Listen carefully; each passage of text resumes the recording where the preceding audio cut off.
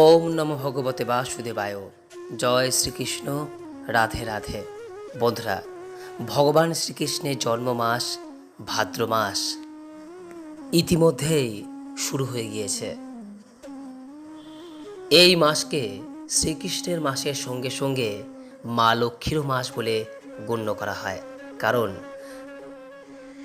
এই মাসে যেমন ভগবান শ্রীকৃষ্ণের জন্ম হয়, ঠিক পাশাপাশি এই মাসেই শ্রী লক্ষ্মী স্বরূপা রাধারানীরও জন্ম হয়। তাই এই মাস একাধারে যেমন শ্রীকৃষ্ণের মাস, ঠিক তেমনই মা লক্ষ্মীরও মাস। তাই শাস্ত্র অনুযায়ী এই মাসে আমাদের কিছু কিছু বিষয় পালনের কথা বলা হয়, কিছু কিছু খাবার খাওয়ার কথা বলা হয়, যা খেলে আমাদের শরীর সুস্থ এবং নিরোগ থাকবে। এবং এই ভাদ্র মাসে এমন কিছু বিষয় রয়েছে যা আমাদের সর্বদা এড়িয়ে চলা প্রয়োজন, নচেত এতে পরিবার এবং সংসারের অমঙ্গল হয়। বন্ধুরা, আজ এই ভিডিওর মাধ্যমে আপনাদের সামনে আলোচনা করব যে এই পবিত্র ভাদ্র মাসে আমাদের কোন কোন বিষয়গুলি মেনে চলা প্রয়োজন, কোন খাবার খাওয়া প্রয়োজন এবং কোনগুলি এড়িয়ে যাওয়া প্রয়োজন। আশা করি দর্শক বন্ধুরা এই ভিডিওটি আপনাকে সমৃদ্ধ করবে। তাই ভিডিওটি শেষ পর্যন্ত মনোযোগ সহকারে দেখুন। দেখার পর এই সংক্রান্ত কোনোরূপ কোনো প্রশ্ন বা মতামত থাকলে নিচের কমেন্ট বক্সে অবশ্যই জানাবেন। নমস্কার দর্শক বন্ধুরা, অমৃত কথা এই চ্যানেলে জানায় আপনাদের সুস্বাগতম। ভারতীয় দর্শন, শাস্ত্র এবং বিভিন্ন দেবদেবীর পূজা অর্চনা পদ্ধতি এই চ্যানেলের মূল আলোচনার বিষয়বস্তু। বন্ধুরা, হিন্দু পঞ্জিকা অনুযায়ী 4টি পবিত্র মাসের মধ্যে ভাদ্র মাস অন্যতম। বাংলা পঞ্জিকা অনুযায়ী এটি বছরের পঞ্চম মাস। ভাদ্র মাসকে যেহেতু শূন্য মাস বলা হয়ে থাকে, কারণ প্রাচীন কৃষি সভ্যতায় এই মাসে ধান কাটা হতো, কৃষিকাজ প্রায় বন্ধ থাকত। সেই কারণে এই মাসে কিছু কিছু মাঙ্গলিক কাজ করা একেবারেই উচিত নয়, যেমন বিবাহ, উপনয়ন, গৃহারম্ভ, গৃহপ্রবেশ, বৃক্ষ প্রতিষ্ঠা, এই সকল মাঙ্গলিক কাজ থেকে বিরত থাকা প্রয়োজন। তবে এই মাসে অন্নপ্রাশন, নামকরণ, সাধভক্ষণ, ক্রয় বাণিজ্য এই সমস্তর ক্ষেত্রে কোনো প্রকার বিধিনিষেধ নেই। বন্ধুরা, ভাদ্র মাসে প্রকৃতিতে যে ফলটি সবথেকে বেশি পাওয়া যায় সেটি আমরা সকলেই জানি, আর সেটি হলো তাল। ভগবান শ্রীকৃষ্ণের সবথেকে পছন্দের ফল হিসেবে এই তালকে গণ্য করা হয়। বলা হয়, জন্মাষ্টমীতে যদি তালের তৈরি কোনো দ্রব্য ভগবান শ্রীকৃষ্ণের উদ্দেশ্যে ভোগ হিসেবে না নিবেদন করা হয়, তাহলে জন্মাষ্টমী অসম্পূর্ণ থেকে যায়। এবং এই বিষয়টি ভালো করে দেখবেন যে প্রকৃতিতে কেবলমাত্র এই সময়ই তাল পাওয়া যায়।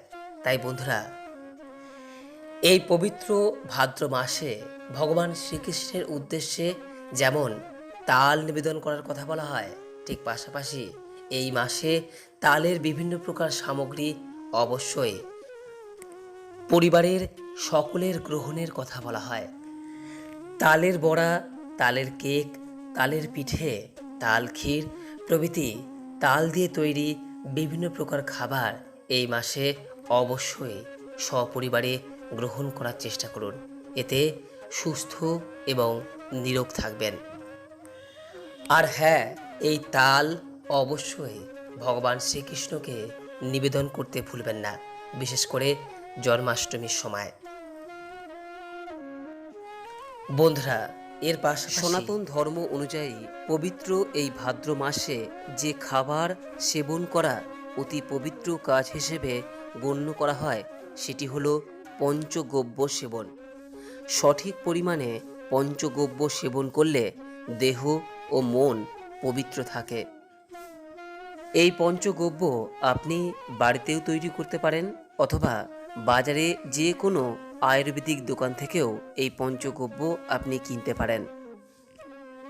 এর পাশাপাশি এই ভাদ্র মাসে যে খাবার খেলে শরীর সুস্থ ও নিরোগ থাকে, সেই খাবারগুলি হলো মাখন, ঘি, কালো তিল, কালো জিরে এবং গরুর দুধ, তবে এগুলি সর্বদা সঠিক মাত্রায় গ্রহণ করা প্রয়োজন।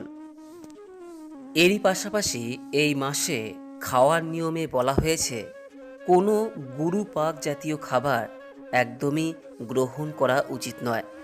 মশলাদার ও উত্তেজক খাদ্য বা পানীয় গ্রহণ এই মাসে এড়িয়ে যাওয়া প্রয়োজন, কারণ এতে শরীরে হজমের ব্যাঘাত ঘটে। এই মাসে শুধুমাত্র দধি সেবন থেকে বিরত থাকার কথা বলা হয়েছে, কারণ এতে বাত বৃদ্ধি পায়। পবিত্র ভাদ্র মাস যেহেতু আধ্যাত্মিক সাধনার জন্য একটি অত্যন্ত গুরুত্বপূর্ণ মাস, তাই এই মাস বিশেষ করে তীর্থযাত্রার জন্য অত্যন্ত শুভ। তাই যদি সম্ভব হয় কোনো একটি তীর্থস্থানে এই মাসে আপনি ঘুরে আসতে পারেন। পবিত্র এই ভাদ্র মাসে ভগবান শ্রীকৃষ্ণ জন্মগ্রহণ করেছিলেন এবং তারই সঙ্গে শ্রী রাধারানীও জন্মগ্রহণ করেছিলেন। সেই কারণে এই ভাদ্র মাসে যদি জন্মাষ্টমী এবং রাধাষ্টমী এই দুটি ব্রত পালন করতে পারেন, সেটি গৃহের পক্ষে অত্যন্ত শুভ। এবং এরই সঙ্গে এই মাসের অন্যতম একটি প্রধান উৎসব হল গণেশ চতুর্থী। তাই এই মাসে এই গণেশ চতুর্থীর দিন বাড়িতে গণেশ পূজা করা অতি শুভ হিসেবে গণ্য করা হয়। এই মাসের সবথেকে পবিত্রতম দিন হিসেবে গণ্য করা হয় মাসের একাদশী অর্থাৎ অজা একাদশীর দিনটি। এই দিন ভগবান শ্রীবিষ্ণুর উপবাস করা অত্যন্ত শুভ, তবে এই দিন অন্ন গ্রহণ নিষিদ্ধ। ভাদ্র মাসকে যেহেতু মা লক্ষ্মীর মাস বলা হয়ে থাকে, তাই এই মাসে প্রত্যেক বৃহস্পতিবার দিন লক্ষ্মী পূজা করলে মা লক্ষ্মী অত্যন্ত প্রসন্না হন। এবং লক্ষ্মী পূজার পাশাপাশি এই মাসের প্রত্যেক বৃহস্পতিবার দিন যদি বাড়ির ঈশান কোণে অর্থাৎ উত্তর পূর্ব কোণে একটি ঘিয়ের প্রদীপ জ্বালিয়ে রাখতে পারেন, সেটি গৃহের ক্ষেত্রে শুভ বার্তা নিয়ে আসে। সম্ভব হলে প্রত্যেক দিন সন্ধেবেলায় এই বিষয়টি করার চেষ্টা করবেন, আর তা না হলে অন্তত বৃহস্পতিবার দিন সন্ধ্যারতির সময় এই বিষয়টি করার চেষ্টা করবেন। কথিত রয়েছে ভাদ্র মাসে যদি আপনি কাউকে চাল ধার দেন বা কারো কাছ থেকে ধার নেন, তাহলে অন্তত একটি টাকার মাধ্যমে হলেও এই বিষয়টি করার চেষ্টা করবেন। সম্পূর্ণ ধার বাকি এই মাসে করা একেবারেই উচিত নয়। ভাদ্র মাস যেহেতু আধ্যাত্মিক সাধনার মাস এবং এই মাসেই ভগবান শ্রীকৃষ্ণের জন্ম, তাই এই মাস গীতা পাঠের জন্য বা গীতা পাঠ শুরু করার জন্য সবথেকে বেশি উত্তম মাস। তাই সম্ভব হলে এই মাসে প্রত্যেক দিন অন্তত একটি গীতা শ্লোক পাঠ করা প্রয়োজন।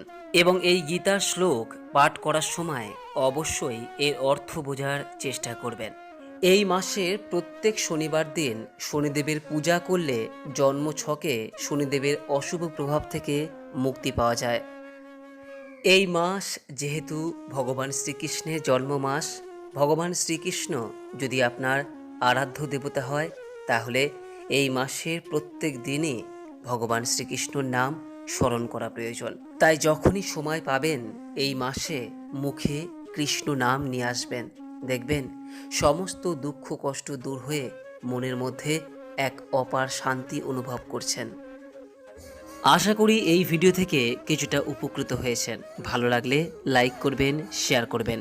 সকলেই ভালো থাকুন, সুস্থ থাকুন এই কামনা করে আজকের ভিডিও এখানেই শেষ করলাম। জয় শ্রীকৃষ্ণ, রাধে রাধে।